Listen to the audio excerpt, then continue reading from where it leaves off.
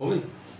नमस्कार दोस्तों, मैं जितेंद्र आपके सामने उपस्थित हूँ एक नई वीडियो लेकर। आशा करता हूँ पिछले दो हमारे जो एपिसोड हुए हैं, 2 वीडियो हम आपने देखा होगा, तो आपने देखा होगा कि भाई हाँ, जो बातें बताई थी आपने रिवाइंड भी की होंगी, तो उन बातों को छोड़ के यहाँ स्टार्ट करते, क्योंकि कल मैंने देखा भाई टाइम ज़्यादा हो जाता है, पता नहीं कहाँ पहुँच जाता हूँ, इसके लिए माफ़ी चाहता हूँ। तो कल मैंने क्या बताया था आपको, कल मैंने बताया था स्कूल के बारे में कि आप पूछेंगे स्कूल, कॉलेज, यूनिवर्सिटी, इनमें क्या डिफरेंस होता है। स्कूल होता है विद्यालय, जहाँ पे 12वीं क्लास तक बच्चे पढ़ते हैं। दूसरा कॉलेज महाविद्यालय, जहाँ पर सेकंड ईयर तक पढ़ते हैं। नहीं, वो तो बेटा होती है, डिग्री भी होती है कॉलेज में, लेकिन वहाँ पर एक तरीके से एरिया के लगा लिया, फिर जो हमारे राष्ट्रीय तौर पर पढ़ सकते हैं। तो कुछ विश्वविद्यालय में जैसे बाहर से कोई स्टूडेंट विदेश से अगर फॉरेन में आके पढ़ता है यहाँ पे, तो वो कहाँ पढ़ेगा, वो विश्वविद्यालय में पढ़ेगा। ठीक है, ये डिफरेंस रहता है। +2 तक होगा तो स्कूल बोलेंगे उसको, कॉलेज होता है महाविद्यालय, यूनिवर्सिटी होती है विश्वविद्यालय।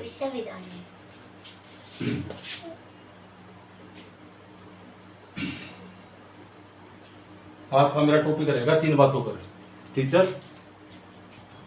क्या होता है? अध्यापक। Teacher what? अध्यापक।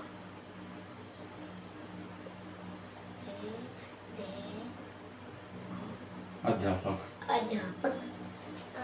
टीचर की अलग अलग कोई डेफिनेशन, एग्जैक्ट डेफिनेशन नहीं होती कि टीचर किसको बोलते हैं, बस वही जो पढ़ा दे। गुरु भी बोलते हैं हमारे आम, जो हमारी प्राचीन भाषा में हम गुरु भी बोल देते हैं उसको। लेकिन अध्यापक, मैं तो अपना आइडिया बताऊंगा यहाँ पे, उसी के लिए मैं यहाँ पे आया हूँ। तो मेरे हिसाब से एक बार, what is teacher? What is a teacher? According to me, teacher is a person who creates interest in anyone to do something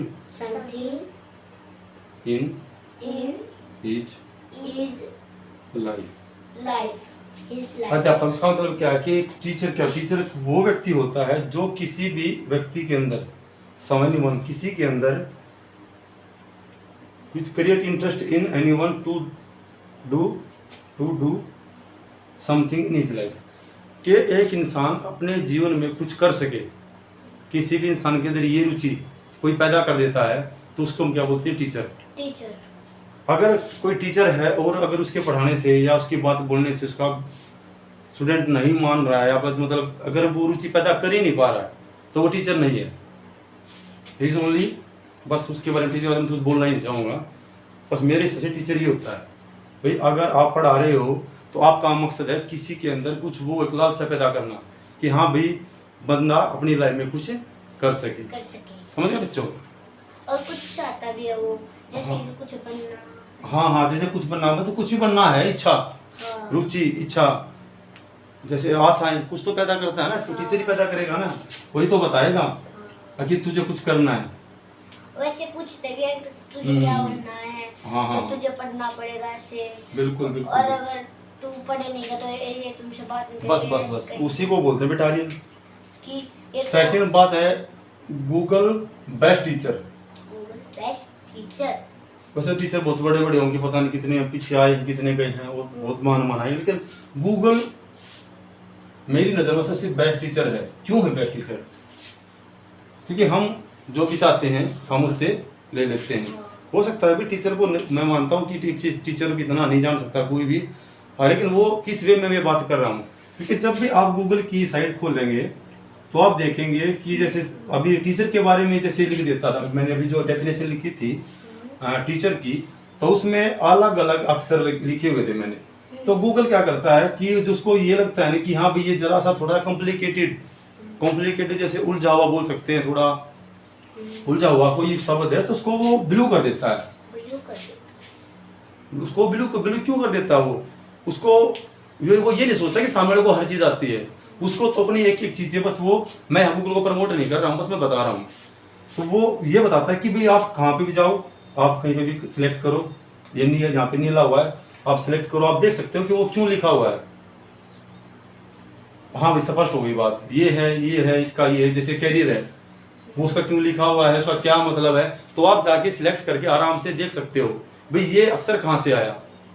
लेकिन अगर कई बार ऐसा हो जाता है कि भाई टीचर से बच्चा अगर पूछ लेता है तो उसको रहता है पता है कि पहली तो बात पूछते ही नहीं बच्चे, और पूछ भी लेता है तो उसको क्या डर लगा रहता है, पता नहीं टीचर बताएंगे नहीं बताएंगे। चलो ठीक है वो बातें हैं टीचर की, लेकिन गूगल क्यों इतना बेस्ट टीचर है? गूगल इसीलिए बेस्ट टीचर है कि वो हर चीज को बारीकी से समझ आता है। आराम से बंदा किसी भी टॉपिक को खोलेगा, आप चाहे देख लेना, चेक करोगे, क्लियर बात हो जाएगी, इसमें कोई दिक्कत नहीं। अरे फोन को बंद कर देता एक बार। और तीसरी चीज थी कैरियर। भाई कैरियर, व्हाट इज कैरियर? आपका कैरियर खराब हो जाएगा, अच्छे से नहीं पढ़ोगे तो कैरियर क्या होता है? कैरी परियर, कैरी पर मतलब आप जो कैरी होता साथ में ले जाना। आप पूरी जिंदगी आप पहले कैरियर बनाने के लिए स्कूल में जाते हो, उसके बाद आप कैरियर बना के उसको अपने साथ कैरी करते हो फॉर द होल लाइफ।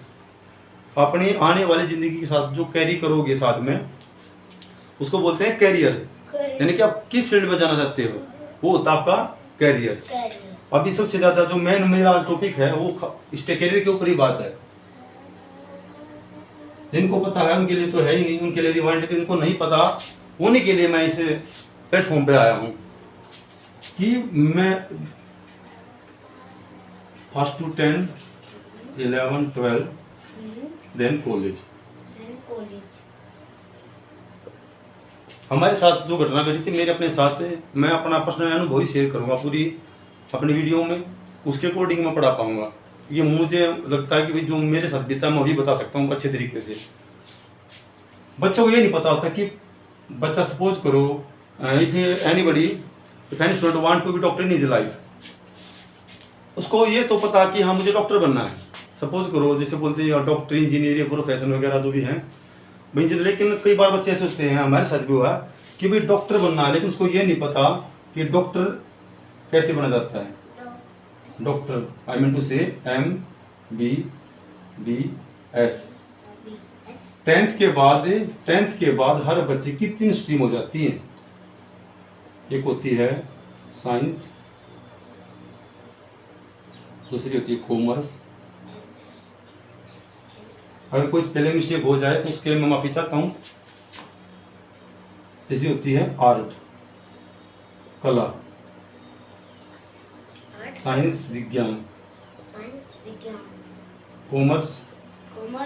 वैसे तो इसी आर्थिक तौर पे जो नीतियाँ होती है ना,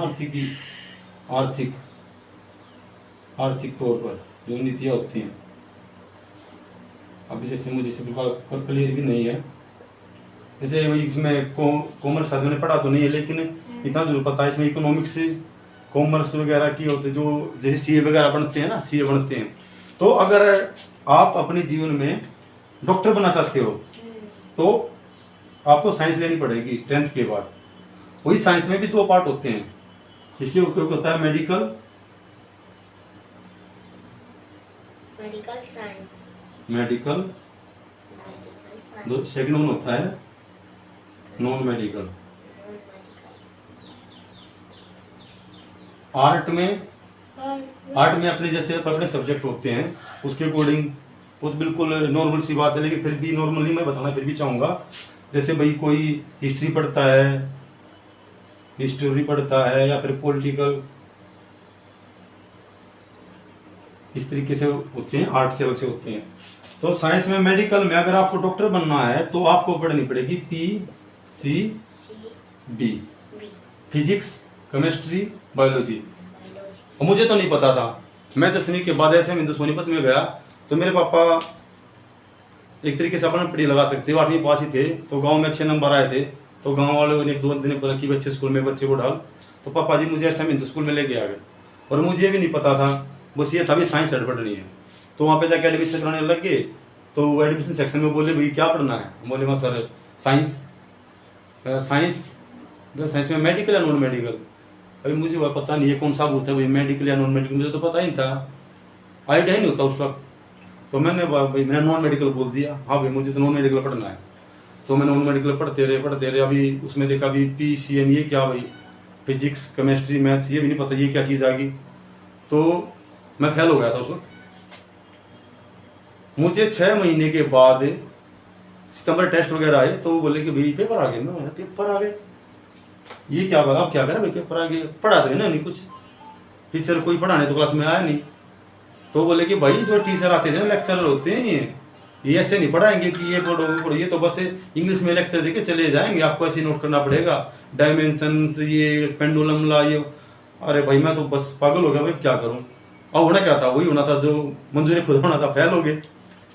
नहीं पता था, बस पर्सनल अनुभव इसलिए शेयर कर रहा हूँ।